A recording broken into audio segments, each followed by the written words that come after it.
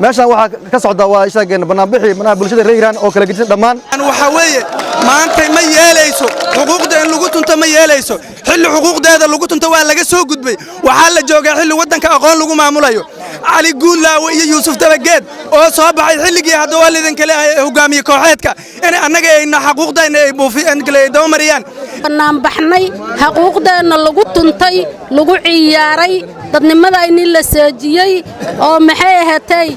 قبل كان أنا قدي مني أصاد بترني قدا وعني رجعني إنك أقوم الحسناي أو محيه هتي أو كجرة قبر أجره ما أنت إننا كرّايو إنه محيه هتي ما أنت حقوقنا أو كنت نتربنا مرة دونينو جرنا الحوت أنقول بحني جرنا الحوت أنقول بحني جرنا الحق الله عوي عسري وقتاجين وطن كان إننا أودي منا ديارنا دبقات دوني ماينا على كل لا دوني ماينا هرشبالة دوني ماينا أنا هيرانا لما نينا شلا قلب لو خري waa wax laga xumaado dabageed inuu kursigiisa iyo dantiisa oo fiirsho waxa ugu fiican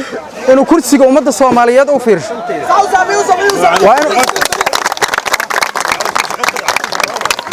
waa la sootin madaxweynihii Soomaaliya Maxamed Siyaad Barre waxa dalka anaga u dhiman jirnay anaga u dhimanayna anaga u dhalanay anaga u dhaawacmanay anaga u qadayna anaga u qaribnay maxaa u dhiman haysan marka saaka u banaan bixaysan waxaan u xaquuqdeena oo la xaqiray ayaan raadsanayna waxa kamida wadanka xaquuqdan ku lahayn haday tahay dawladda haday tahay magaalada Hirshabeelle intaba nama aqoonsan anaguna ma aqoonsanin هيران إسلام الله بحنا ساعات الله قبل قلنا الحوت هجروا أنا وحالي برا حسين عبدي وحنا تاجنا بونتا ده يحكي بس بونتا كبل يا مقرت وحنا هاي النيرة ده قبل كيران النيرة كمية وحنا وكلفي إن أنقري قاطع وحي وكلفي معمول ككتير شوهر